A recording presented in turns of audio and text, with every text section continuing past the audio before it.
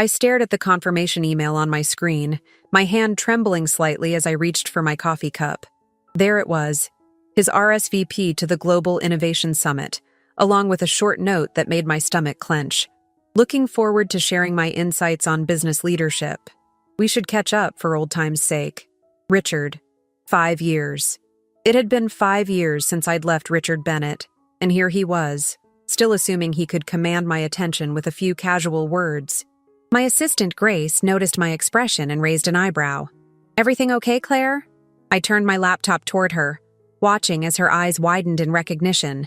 "He has no idea, does he?" "No," I said, allowing myself a small smile. "He doesn't know I'm the founder of Summit Solutions, or that I'm the one who built this conference from the ground up." I leaned back in my chair, memories flooding back unbidden. "Really, Claire? A business degree? Let's be realistic.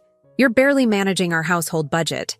Some people just aren't cut out for the corporate world, darling." His condescending voice still echoed in my head.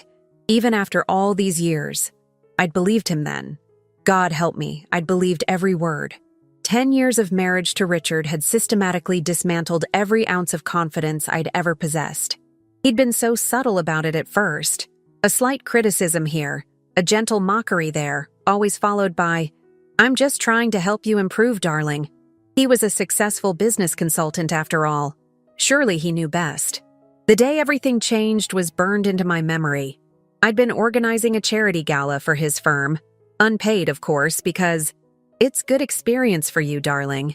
The event was a massive success, and one of the senior partners had pulled me aside. "Claire, this is exceptional work.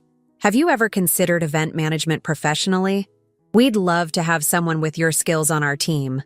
Before I could respond, Richard had appeared at my elbow, his arm wrapping around my waist in what looked like an affectionate gesture, but felt like a vice grip. "Oh, Claire's not interested in professional work. She's got her hands full managing our home, don't you, darling?" That night, as I lay awake listening to his steady breathing beside me, something finally clicked. I saw with crystal clarity how he'd been shaping my world, making it smaller and smaller until it fit his precise specifications. The next morning, I enrolled in a business management course without telling him. 6 months later, I left with nothing but a suitcase and a business plan. Grace's voice pulled me back to the present. "So, what are you going to do?" I looked around my office. My beautiful, sun-filled office on the 30th floor of downtown Seattle's most prestigious business district. Summit Solutions had grown from a one-woman show operating out of my studio apartment to one of the most respected event management firms on the West Coast. The Global Innovation Summit was our crown jewel, bringing together business leaders from around the world. "I'm going to do exactly what I've been doing," I replied, straightening the papers on my desk. "I'm going to run the most successful business conference this city has ever seen." I paused, allowing myself a moment of satisfaction. "And I'm going to personally welcome Richard Bennett to the stage." Grace grinned. "He won't know what hit him." "No," I agreed, opening my calendar to review the conference preparations. "But that's not why I'm doing this. This isn't about revenge. It's about finally showing myself what I knew all along, that I was always capable of more than he let me believe." As I immersed myself in the daily operations of running my company, a notification popped up on my screen. Richard had posted on LinkedIn about his upcoming speaking engagement at the summit. "Honored to be sharing my expertise on building successful businesses," he wrote. "Sometimes the best teachers are our own failures." I felt a chill run down my spine as I read those words. Richard always did have a talent for unintentional irony. If only he knew that his greatest failure, the wife he'd dismissed and belittled, was about to teach him the most important lesson of his career. But as I reviewed the conference schedule, a nagging doubt crept in. Richard was notorious for doing extensive research on every event he attended. How had he not discovered my involvement? Something wasn't adding up, and I had a sinking feeling that this apparent oversight might not be as accidental as it seemed. I reached for my phone, then stopped. Was I ready for what might happen when our paths finally crossed again? And more importantly, was I prepared for the possibility that Richard might have changed as much as I had over the past 5 years? The answers to those questions would have to wait. Right now, I had a conference to run, and success, as I'd learned the hard way, was the best revenge. The conference center buzzed with activity as I walked through the main hall, clipboard in hand. 2 weeks until the Global Innovation Summit, and everything had to be perfect. I'd built my reputation on attention to detail, and this event would be no exception.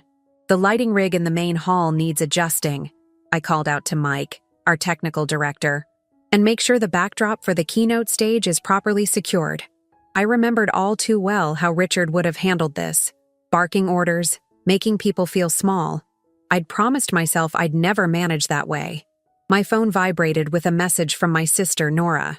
Just saw Richard's latest post about the conference. You okay? I clicked on the link she'd sent. There he was, impeccably dressed in his signature navy suit, standing in front of his consulting firm's logo. The caption read, "Preparing something special for the Global Innovation Summit. Time to share some hard truths about success and failure." My stomach tightened. That choice of words. Hard truths. It was pure Richard. The same phrase he'd used countless times during our marriage. "I'm just telling you some hard truths, Claire. Someone has to." I was so lost in thought I almost collided with Grace, who was hurrying toward me with a worried expression. "Claire, we might have a problem," she said, lowering her voice. "I just got off the phone with Richard's assistant. He's requesting a private meeting room for the day before his presentation. Says he needs to prepare properly and meet with some special guests." "That's not unusual for speakers," I replied, but something felt off. Richard had always been methodical, calculating. Every move was part of a larger strategy. "There's more," Grace continued. "He specifically asked about the owner of Summit Solutions. His assistant was very interested in whether they'd be attending the conference." I sat down on a nearby chair, my mind racing. "He knows," I whispered. "Or at least, he suspects." The realization sent me back to the day I'd started Summit Solutions. I'd been working as a waitress, taking business classes online, and living in a tiny studio apartment. My first client was a local boutique owner who needed help with a fashion show. The budget was minimal, but I threw myself into it completely. "You'll never succeed without me." Richard's voice had echoed in my head as I worked late into the night, planning every detail. The fashion show was a hit, and word spread quickly. More clients followed, each event bigger than the last. I'd been careful to keep my name out of the press, operating behind the Summit Solutions brand. It wasn't fear. At least, that's what I told myself. It was strategy. I wanted to be judged on the quality of my work, not as Richard Bennett's ex-wife. "Should we cancel his speaking slot?" Grace asked, bringing me back to the present. "No," I said firmly. That's exactly what he'd expect. Running away, avoiding confrontation. I stood up, smoothing my skirt. "But we can be prepared. Get me everything you can about his recent business activities, especially any events he's spoken at in the past year." As Grace hurried off, I walked to the window overlooking the Seattle skyline. The same view Richard used to admire from his office, back when he thought he owned this city. And me. Now my company occupied the building's top floor, while his firm had moved to smaller offices across town after losing several major clients. I pulled up his company's website on my phone. The consulting firm was still successful, but nowhere near its former glory. The pieces started falling into place. Richard needed this conference, needed the exposure, the networking opportunities. And if he knew I was behind it, my phone rang, displaying an unfamiliar number. I answered cautiously. "Claire? It's Jessica Morgan. I used to work for Richard?" My heart skipped a beat. Jessica had been Richard's assistant during our marriage, privy to everything that went on at his firm. We hadn't spoken since I left. "You need to know something," she said, her voice tense. "Richard's been asking questions about Summit Solutions, digging into the company's background, and he's been meeting with Martin Brown." I felt the blood drain from my face. Martin Brown, the venture capitalist who'd tried to hostile take over my company last year. The attempt had failed, but it had cost us several important contracts. "How long?" I managed to ask. "They've had at least 3 meetings in the past month. Claire, I think he's planning something big at the conference. Something to do with the company's ownership structure." After thanking Jessica and ending the call, I sat at my desk, hands shaking slightly. Richard had always been obsessed with winning, with proving he was the smartest person in the room. If he thought he could use this conference to undermine everything I'd built, a knock at my door interrupted my thoughts. "Come in," I called, quickly composing myself. It was Linda from our legal team, holding a thick folder. "You asked me to review the conference contracts," she said. "I found something interesting in the speaker agreements, something that might give us an advantage." As she began to explain, a plan started forming in my mind. If Richard wanted to play games, he was about to learn that I wasn't the same woman who'd left him 5 years ago. But first, I needed to make a call to someone who knew exactly how Richard Bennett operated when he felt threatened. I picked up my phone again, scrolling to a number I'd kept but never used. It was time to contact Richard's ex-business partner, the one person who'd witnessed his downfall from the inside. The question was, would Thomas Reynolds be willing to help me stay one step ahead of whatever Richard was planning? Thomas Reynolds suggested meeting at a small coffee shop in Pioneer Square, away from the business district's prying eyes.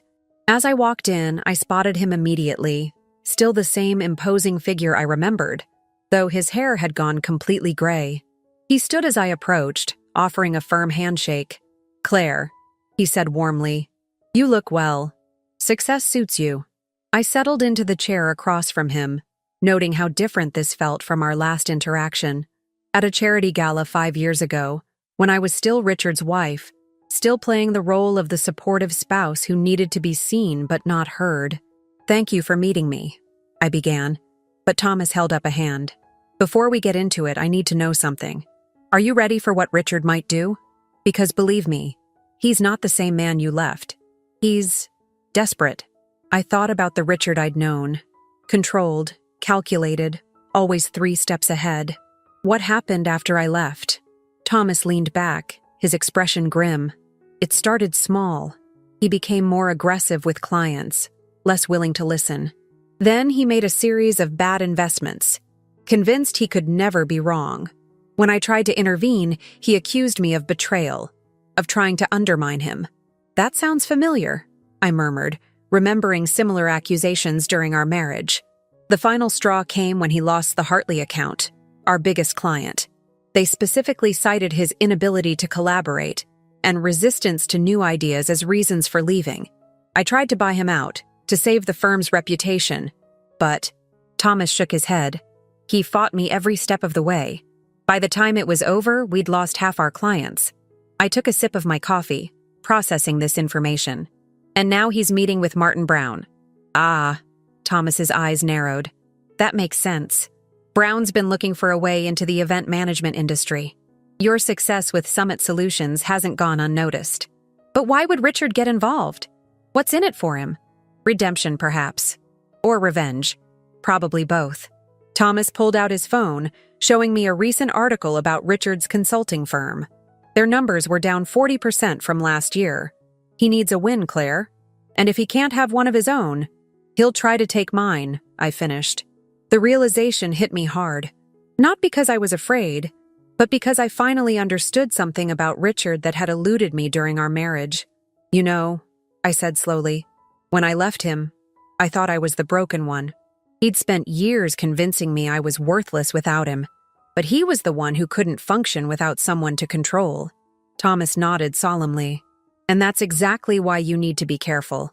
I've seen the speaker agreement you sent over, the one with the clause about conduct detrimental to the conference. It's solid, but Richard's got good lawyers." I smiled, thinking about the additional precautions I'd taken. "Actually, that's not the only protection I have. Would you like to hear my plan?"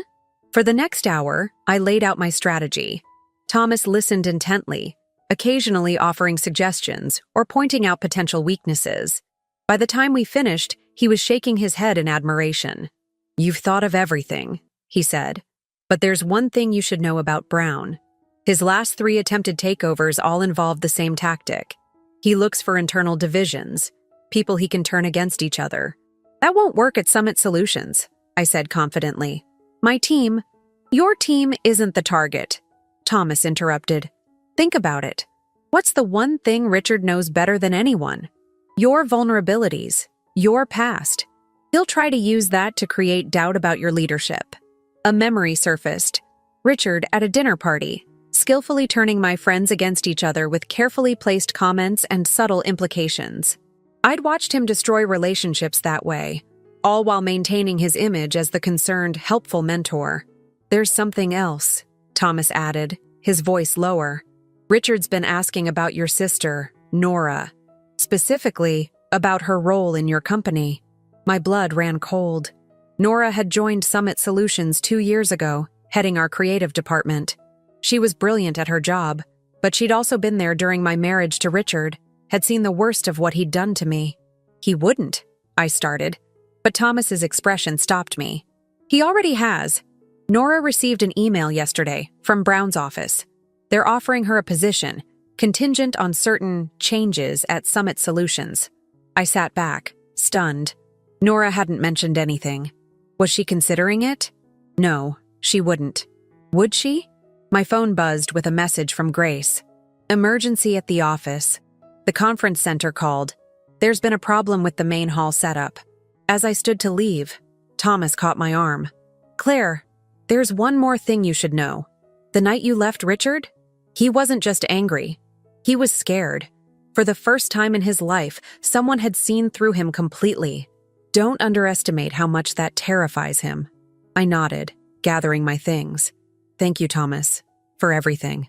Just be careful, he called after me.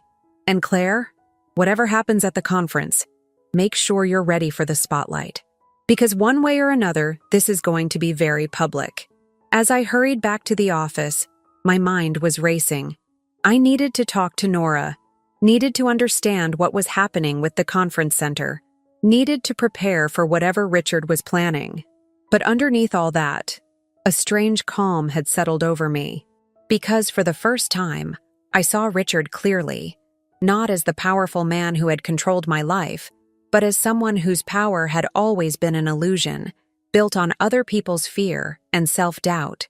The question was, what would he do now that the illusion was crumbling?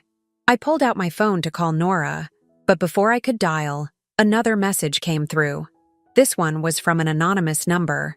You should ask your sister about the meeting she had with Richard last week. Some things never change. He still likes his coffee at the corner cafe on 5th. The conference center chaos turned out to be a false alarm, a miscommunication about the stage setup that Grace had already resolved. But as I stood in the empty main hall, my footsteps echoing off the high ceiling, I couldn't shake the feeling that this was just the calm before the storm. My phone felt heavy in my pocket, that anonymous text about Nora burning in my mind. I'd always promised myself I wouldn't become like Richard, suspicious, controlling, seeing betrayal around every corner. But wasn't blind trust just another form of weakness? I found Nora in her office, surrounded by mood boards for the conference. She looked up with a smile that faltered when she saw my expression. We need to talk, I said, closing the door behind me. About your meeting with Richard. The color drained from her face, but she didn't deny it. Instead, she stood, walking to her window that overlooked the city. I was going to tell you. When? My voice came out sharper than I intended. Before or after the conference where he's planning to destroy everything we've built? Nora turned, her eyes flashing. Is that what you think? That I'd help him hurt you? After everything he put you through? Put us through? I remembered the nights Nora had spent at my apartment after I left Richard, helping me piece myself back together. She'd been my rock, my constant supporter. But Richard had a way of twisting things, of making the impossible seem reasonable. Then why meet with him? Why keep it secret? Nora sank back into her chair. Because I wanted to understand what he was planning. Because... She hesitated. Because I needed to see for myself if he'd changed. And? He's worse, she said quietly. More desperate. He talked about Brown's offer, tried to convince me it was in everyone's best interest, that you were out of your depth with the company's growth. She pulled out her phone, showing me a recording. I documented everything. Relief flooded through me, followed immediately by shame. Nora, I'm so sorry. I should have... She cut me off with a fierce hug. Don't you dare apologize. Richard's great talent was always making us doubt ourselves and each other. I needed him to believe I was considering his offer. As we broke apart, I noticed a file on her desk marked Chen Industries, Acquisition Strategy. Nora followed my gaze. Their complete playbook, she said with a grim smile. Richard was very thorough in explaining their plans. Apparently, they're planning to use the conference to announce a merger, presenting it as a fait accompli to pressure shareholders. I sat down heavily. Can they do that? They can try. But Richard made a mistake. Nora's eyes gleamed. He was so busy trying to manipulate me, he forgot that I'm not the same person either. I've learned a few things about corporate strategy myself. She opened her laptop, showing me a series of documents. Chen's company is overextended. They've leveraged themselves heavily for this acquisition push. If their announcement fails, if they're publicly embarrassed, their stock would tank, I finished, understanding dawning. And Richard? Would be finished in the consulting world. No one trusts a failed hostile takeover artist. Nora paused. But Claire, there's something else you need to know. Something about why Richard's really doing this. She pulled out an old photograph from my wedding day. I was beaming at the camera, young and in love, while Richard stood beside me, his hand possessively on my shoulder. Look at the background, Nora said softly. I squinted at the image. Behind us, partially obscured, stood a woman I vaguely remembered, one of Richard's clients. She was speaking to Thomas Reynolds, both of them looking concerned. That's Catherine Hartley, Nora explained. Her company was Richard's biggest client, the one he lost. She's attending the conference. I don't understand. Catherine's company didn't just leave Richard's firm. They signed with a new consulting agency, one that specializes in workplace culture and inclusive leadership. Nora met my eyes. They signed with them specifically because of their female leadership and commitment to ethical business practices. The implications hit me like a wave. He's not just after my company. He's trying to prove that his way was right all along, Nora finished. If he can take down a successful woman-led company, if he can show that his aggressive, controlling approach is still the only way to win, he validates everything he ever did to me, I whispered. The silence that followed was broken by Grace bursting into the office. Claire, you need to see this. Richard's just posted a preview of his conference speech. He's talking about you. I grabbed Nora's laptop, pulling up Richard's social media. There he was, impeccably dressed as always, speaking directly to the camera. At the Global Innovation Summit, I'll be sharing a deeply personal story about success, failure, and redemption. Sometimes our greatest setbacks come from trusting the wrong people, people who abandon their commitments, who lack the strength to face challenges. But true leaders turn those betrayals into opportunities. My hands clenched into fists as his words washed over me.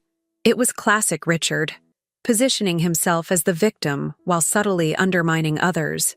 But this time, something was different. This time, I saw through every word, every calculated gesture. He's scared, I realized aloud. This isn't just about business. He's terrified that if I succeed, it proves everything he ever told me was a lie.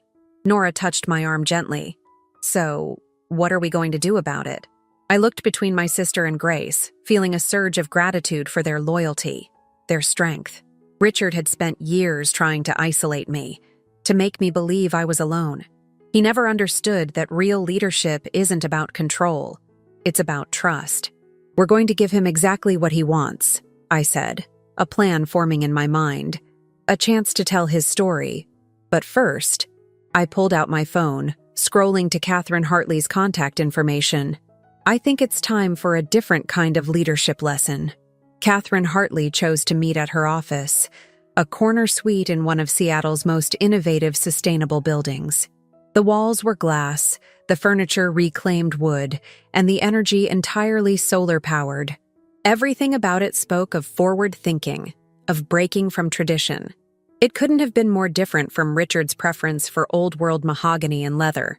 I've been following your work with Summit Solutions, Catherine said, gesturing for me to take a seat. Though I didn't realize until recently that you were behind it. You've been discreet.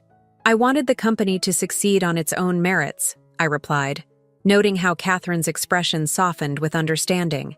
Not hiding, just choosing your moments? She smiled knowingly. I understand that better than most. Richard never did grasp why I moved our contracts to a new consulting firm.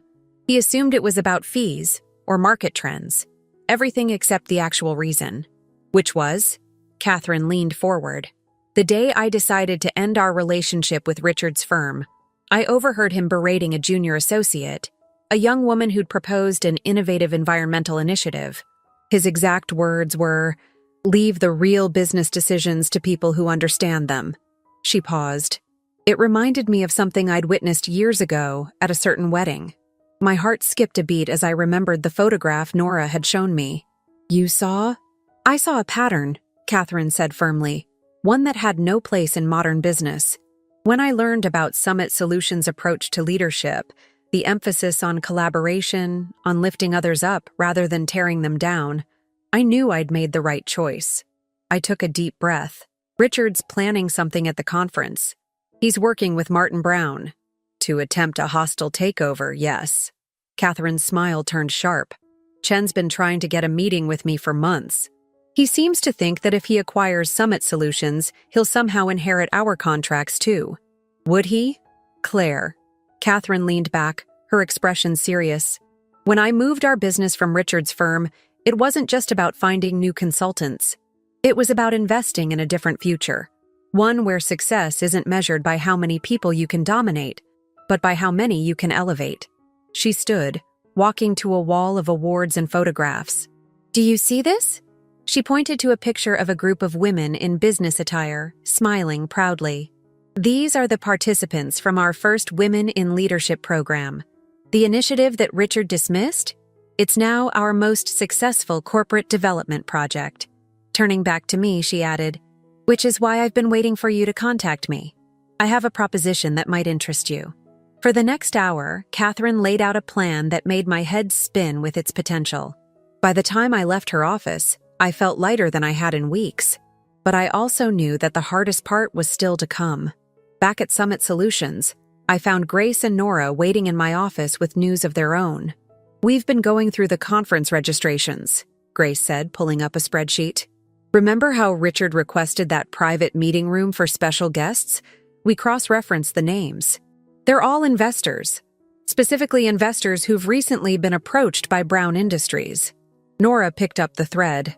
But here's the interesting part. We also found a pattern of recent stock purchases in Summit Solutions. Small amounts, spread across different shell companies.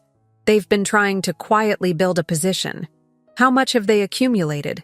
I asked, though I already suspected the answer. Just under the threshold that would require public disclosure, Grace confirmed.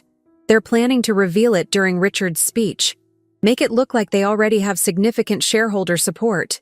I smiled, thinking of my conversation with Catherine. What if we could turn that strategy against them? I outlined what I'd learned, watching their eyes widen as the implications became clear. It's risky, Nora cautioned. If it backfires, everything worth doing is risky, I replied, remembering all the times Richard had used that fear of risk to keep me in check. But this time, we're not just risking failure. We're betting on success. Just then, my phone buzzed with a text from Richard. Looking forward to catching up before my speech. For old time's sake, I showed the message to Nora and Grace. He's getting confident. Good. Are you going to meet him? Grace asked. Yes, I said, turning to look out at the Seattle skyline.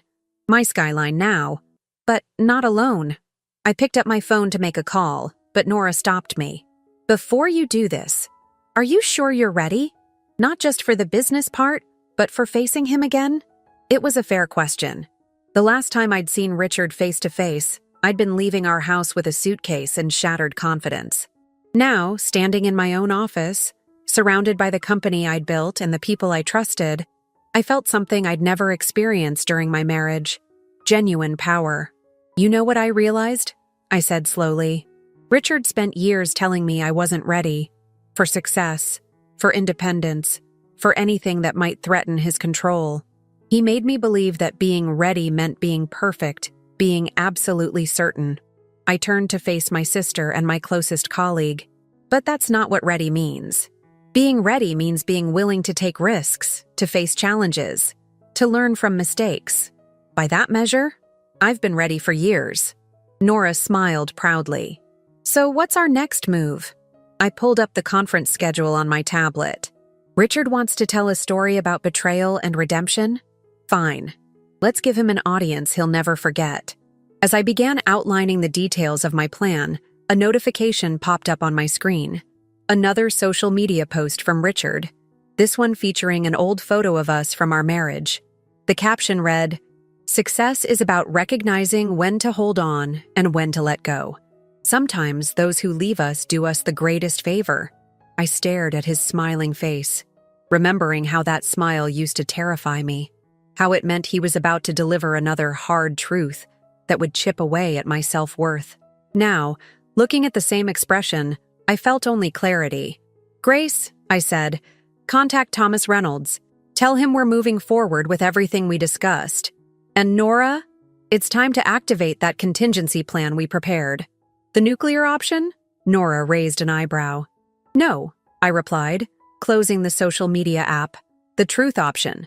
Richard wants to tell his story? Let's make sure everyone hears the whole thing." The corner cafe on 5th hadn't changed in 5 years. Same industrial chic decor, same oversized windows, same table in the back where Richard always held court. As I walked in, I spotted him immediately, reading something on his tablet, his usual Americano growing cold beside him. I'd chosen to arrive exactly 7 minutes late. Not enough to be rude, but enough to show I wasn't operating on his schedule anymore. His head snapped up as I approached, and for a split second, I caught a flash of something in his eyes. Uncertainty? Fear? It vanished behind his practiced smile. "Claire," he stood, gesturing to the chair across from him. "You look successful." "Amazing what 5 years of freedom can do," I replied, remaining standing. "This won't take long, Richard. I have a conference to run." His smile tightened almost imperceptibly. "Ah, yes, your little event planning business. Quite a step up from organizing my firm's charity galas, isn't it?" I thought of Catherine Hartley's words about investing in a different future, of Nora's recorded conversations, of Thomas Reynolds's warnings. Richard was playing his usual game, trying to diminish, to control the narrative. But this time, I knew exactly what was behind his confident facade. "Why did you really want to meet Richard?" I asked, finally taking my seat. "To remind me of my place? Or to make sure I still remembered how to be small?" He leaned back, studying me with those calculating eyes I used to find so impressive. "I'm concerned about you, Claire. This business of yours, it's grown beyond your experience. The responsibilities, the pressures. I'd hate to see you crushed under the weight of it all. Like Catherine Hartley crushed your firm's profits when she left?" The shot landed. His fingers tightened around his coffee cup. "You've been talking to Catherine? And Thomas? And others?" I pulled out my phone, setting it on the table. It's amazing how many people are willing to share stories once someone starts listening. "Is that what this is about?" His voice took on that patronizing tone I remembered so well. "Collecting stories to make me look bad? Claire, we both know you're better than petty revenge." "You're right," I agreed, watching confusion flicker across his face. "This isn't about revenge. It's about truth. Something you never quite understood the difference between." I opened my bag, pulling out a folder. "Your speaking slot at the conference has been moved to the main stage. Full audience, live stream to all our virtual attendees. You'll have everyone's complete attention." "How generous of you," he said dryly, but I caught the calculating look in his eyes. This was what he wanted, a bigger platform for whatever he and Brown had planned. "I'm not finished," I continued. "You'll also have some special guests in the audience, the board members from Brown Industries, Catherine Hartley and her executive team, and—" I paused for effect. "The journalists who've been investigating patterns of workplace harassment and financial manipulation in the consulting industry." The color drained from his face. "You wouldn't dare." "The old Claire wouldn't," I agreed. She was too afraid, too convinced of her own worthlessness. But you see, Richard, that's the funny thing about spending years telling someone they're nothing without you. Eventually, they have to decide whether to believe you or prove you wrong. He leaned forward, voice dropping to a threatening whisper. If you think you can threaten me? Threaten you? I laughed, and the genuine amusement in it seemed to startle him. Richard, I'm giving you exactly what you wanted. A chance to tell your story. To show everyone exactly who you are. Standing, I gathered my things. Your choice now is simple. You can withdraw from the conference, quietly end your arrangement with Brown, and we can all move on with our lives. Or you can take that stage tomorrow and try to tear down everything I've built. But understand this, if you do, you won't be the only one telling a story. Every person you've belittled, every deal you've manipulated, every life you've tried to make smaller to make yourself feel bigger, all of those stories will come out. I turned to leave, but his voice stopped me. You really think you've won, don't you? That you've outmaneuvered the master? His laugh was ugly. You forget, Claire. I taught you everything you know about business. I looked back at him, feeling a strange mix of pity and triumph. No, Richard. You taught me everything you know about business. I learned the rest on my own. As I walked out of the cafe, my phone buzzed with messages. Nora confirming that our key investors were on board. Grace reporting that the conference center security had been fully briefed. Thomas Reynolds sending final documentation about Richard's business practices. But it was Catherine Hartley's message that made me smile. Board approval confirmed. Ready when you are.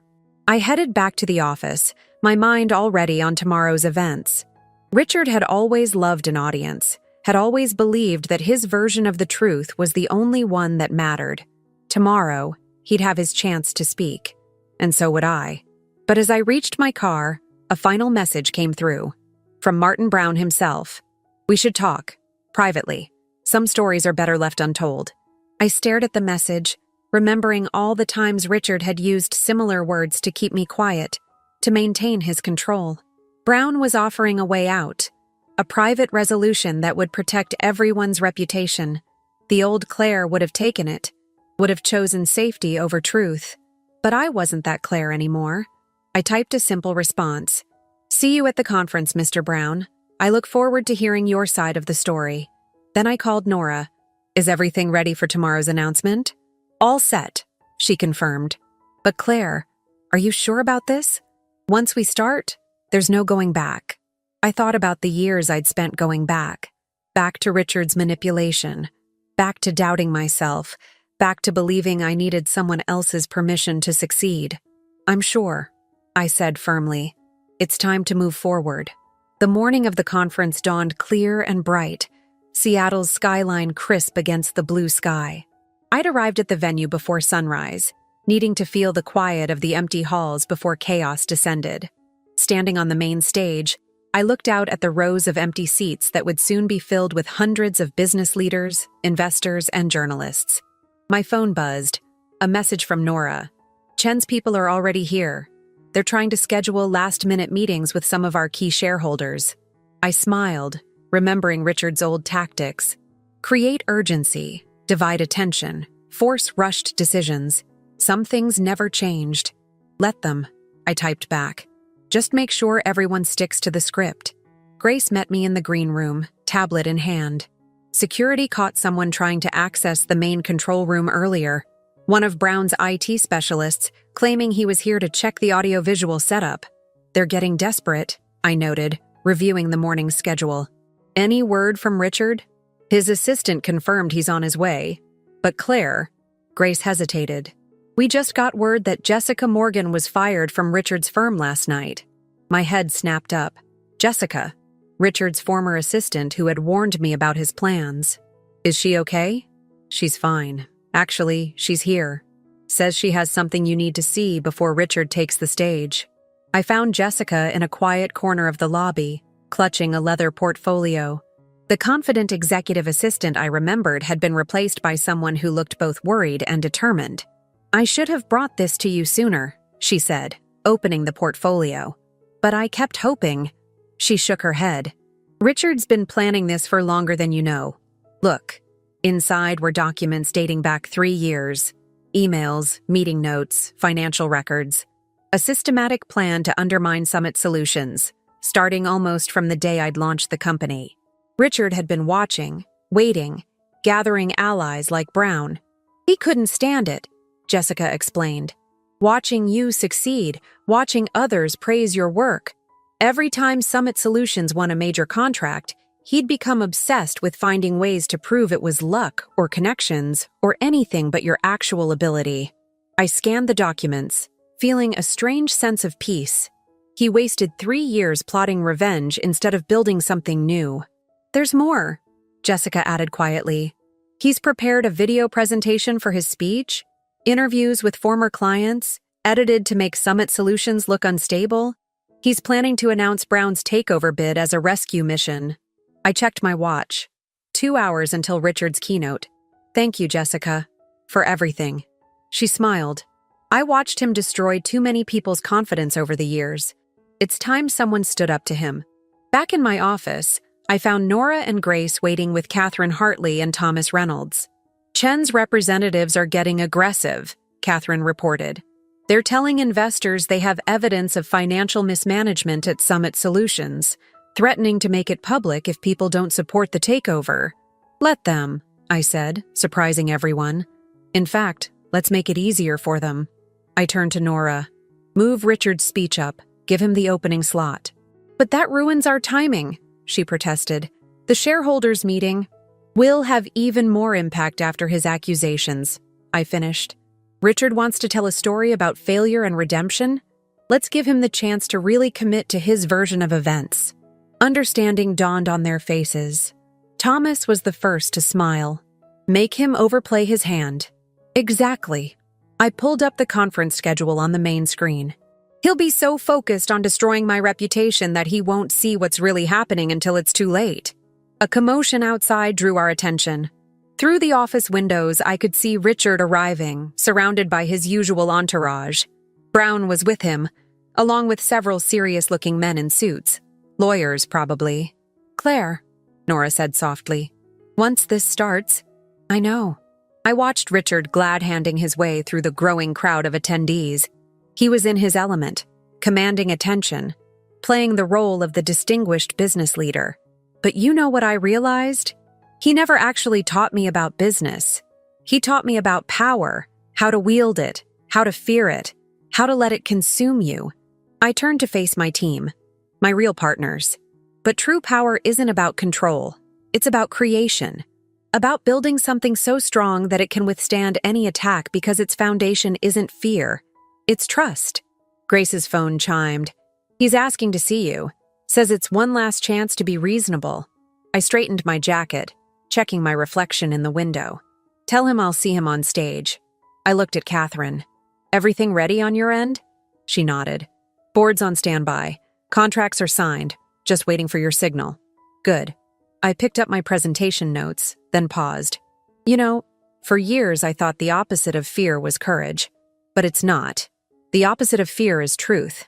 Richard's about to learn the difference. As I headed for the door, Nora caught my arm. Claire, wait. There's something else you should know. We found out why Richard's been so confident about winning shareholder support. She handed me a tablet. Look who's been quietly buying shares through offshore accounts. I scanned the document, my eyes widening. Well, I said finally, this changes everything. I looked at my team. New plan. For the next 10 minutes, I outlined what we needed to do. When I finished, even Thomas looked impressed. Richard always said business was war, he remarked. But he forgot the most important rule of warfare. What's that? Grace asked. I smiled, heading for the door. Sometimes the best victory is the one your opponent never sees coming. The conference hall was filling up as I walked toward the stage entrance. Through the curtain, I could see Richard reviewing his notes, Brown whispering something in his ear. They looked confident, assured of their victory. Just then, my phone buzzed one last time. A message from an unknown number. You're making a mistake, Claire. Some bridges are better left unburned. I deleted the message without responding. Richard had spent years building his power on other people's fear of burning bridges. He never understood that sometimes, burning the bridge behind you is the only way to ensure you keep moving forward. The stage manager signaled 5 minutes until start. It was time to tell my story. The conference hall hummed with anticipation as Richard took the stage. He looked exactly as I remembered from countless business presentations, confident, commanding, completely in control. The giant screens behind him displayed his company's logo alongside Brown Industries, a visual preview of the partnership he planned to announce. From my position in the wings, I could see everything. Catherine Hartley seated in the front row, Thomas Reynolds a few seats down, Nora coordinating with our team via tablet, and Martin Brown smirking in the VIP section. The room was packed with investors, journalists, and industry leaders, exactly the audience Richard had always craved. Success, Richard began, his voice carrying that familiar authoritative tone, is often misunderstood. People think it's about innovation, about disruption. But true success? It's about wisdom, about knowing when to guide others away from their mistakes. My hands tightened on the podium I was standing behind. Classic Richard, positioning himself as the wise protector, the voice of reason. I've watched this industry change, he continued, clicking to a slide showing Summit Solutions' logo. Watched new players enter with grand ideas but limited experience. Watched them stumble, refusing guidance from those who know better. The screens shifted to show carefully selected news clips, minor setbacks my company had faced, edited to look more serious than they were. I saw several investors lean forward, concerned. Today, Richard's voice grew more dramatic. I'm here to tell a story about responsibility, about stepping in when we see potential being squandered, about saving people from their own limitations. He clicked to the next slide, revealing graphs that seemed to show Summit Solutions struggling financially. I caught Nora's eye across the room. She gave me a subtle nod. Everything was proceeding exactly as we'd predicted. Which is why I'm pleased to announce that Brown Industries, in partnership with my firm, is offering to acquire Summit Solutions in a deal that will protect investors, stabilize the company, and ensure proper leadership moving forward. The room erupted in murmurs. I saw several shareholders checking their phones, no doubt seeing the cascade of pre-prepared press releases Brown's team had just launched. I take no pleasure in this, Richard continued, his voice dripping with false concern. Sometimes those closest to us need to be shown their limitations before they can truly grow. Is that what you showed Catherine Hartley, Richard? My voice cut through the hall like a blade. I stepped out onto the stage, and for a moment, just a moment, I saw genuine fear flash across Richard's face. Claire, he recovered quickly, smoothing his tie. I was just getting to the part about your contributions. Were you? I moved to the center stage, picking up a remote of my own. Before or after you explained how you've been secretly buying shares through offshore accounts? Before or after you revealed your 3-year campaign to undermine my company? The screens behind him suddenly shifted, showing the documents Jessica had provided.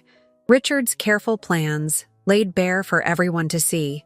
This can be explained, he started, but I wasn't finished. Or maybe you were going to explain your real financial situation? Another click, and the screens showed his firm's true numbers. The client losses, the mounting debts. Is that why you needed this takeover so badly, Richard? Because without it, everyone would finally see who's really failing? Chen stood up, signaling to his lawyers. This is inappropriate. We have a legitimate business proposal. You have a desperate plan, I corrected him. But you chose the wrong partner. And the wrong target. I turned to address the audience directly. Summit Solutions isn't struggling. In fact, I nodded to Nora, who pressed a button on her tablet. The screens changed again, showing our true financial reports. Growth that exceeded industry standards, innovative projects that had transformed the sector, and testimonials from satisfied clients. But the most interesting development, I continued, watching Richard's composure crack, happened about an hour ago. Catherine Hartley stood up. My company, along with a consortium of ethical investment partners, has just acquired a controlling interest in Brown Industries. The room exploded with gasps and exclamations. Brown's face went pale as Catherine continued. We've been watching both Richard's firm and Brown Industries with concern. Their pattern of hostile takeover attempts, their treatment of employees, their outdated leadership models, all of it ends today. Richard stumbled forward. You can't. This isn't possible? I finished for him. That's funny. You used to say the same thing about my chances of success without you. I clicked once more, and the screens showed a final set of documents, the transformation plan for both companies, emphasizing ethical leadership, employee development, and sustainable growth. You see, Richard, you taught me something valuable during our marriage. You taught me what kind of leader I didn't want to be. Someone who builds power by making others feel powerless. Someone so afraid of being surpassed that they try to clip everyone else's wings. The room was utterly silent now, every eye fixed on the unfolding drama. But here's what you never understood, I continued, my voice strong and clear. True leadership isn't about limitation. It's about liberation. It's not about controlling the story. It's about empowering others to tell their own. I turned to the audience. Summit Solutions isn't for sale, but we are announcing a new partnership with Catherine Hartley's consortium. Together, we're launching the largest women's leadership development program in the industry's history. And our first case study? I gestured to the screens, which now showed the complete history of Richard's attempts to undermine me, alongside the story of Summit Solutions' rise. Will be about recognizing and overcoming toxic leadership, about building success through collaboration instead of control, about understanding that the best revenge against those who try to limit you isn't to destroy them. It's to succeed so completely that they become irrelevant. Richard lunged for the microphone, but Thomas Reynolds was faster, stepping between us. I think, Thomas said quietly, it's time for you to leave the stage, Richard. As security approached to escort Richard and Brown out, I addressed the audience one final time. Success isn't about power over others. It's about empowering ourselves. And sometimes, the most powerful thing we can do is simply stand up and tell the truth. The applause that followed wasn't just approval, it was recognition. In every face in that audience, I saw someone who had their own Richard story. Someone who had been told they weren't enough, couldn't succeed, should know their place. As I left the stage, Nora hugged me fiercely. That, she whispered, was better than any revenge. I watched Richard being led out, his carefully constructed world crumbling around him. He caught my eye one last time, and in that moment, I felt nothing but peace. He had taught me about limitations, about fear, about control, but I had taught myself about freedom. The rest of the conference passed in a blur of congratulations, press interviews, and excited discussions about the future. By evening, when the last attendees were filing out, I finally had a moment to breathe in my office, watching the sunset paint Seattle's skyline in shades of gold. Your phone hasn't stopped buzzing, Nora said, bringing me a much-needed cup of tea. Every major business publication wants an interview. You're trending on LinkedIn, and Catherine says the initial response to the leadership program has been overwhelming. I smiled, thinking of all the women who had approached me after the presentation, sharing their own stories of being underestimated, controlled, or dismissed. It was never about the headlines, or even about proving Richard wrong. I know. Nora settled into the chair across from me. It was about proving yourself right. Grace burst in, waving her tablet excitedly. You need to see this. Richard's firm just released a statement. I took the tablet, reading aloud. In light of recent events, Richard Bennett has stepped down from his position as CEO. The firm will be undergoing restructuring with a focus on ethical leadership and inclusive business practices. Well, that's corporate speak for, we're throwing him under the bus. There's more, Grace scrolled down. 3 other companies have come forward with similar stories about attempted hostile takeovers by Brown Industries. The SEC is investigating their trading practices. I set the tablet aside, feeling no satisfaction in their downfall. Forward those stories to Catherine's team. They'll want to include them in the case study. Just then, Jessica Morgan appeared in the doorway. Sorry to interrupt, but you have a visitor. Someone from the conference. She says it's important. A young woman entered, looking nervous but determined. Ms. Walker, I'm Amy Brown, Martin Brown's daughter. The room fell silent. I gestured for her to sit down. I wanted you to know, she continued, that what you did today, It wasn't just about stopping a takeover. My father's company, the way they do business. I've been trying to change things from the inside, but nobody would listen. And now? She smiled tentatively. The board has asked me to lead the company's transformation team, working with Catherine Hartley's consortium. They think a fresh perspective might be exactly what we need. After Amy left, Nora turned to me. You knew this would happen, didn't you? Not just stopping Richard, but creating a ripple effect. I hoped, I admitted. When you've lived with someone who makes their success by diminishing others, you start to recognize the pattern, and you realize that breaking free isn't enough. You have to create a new pattern.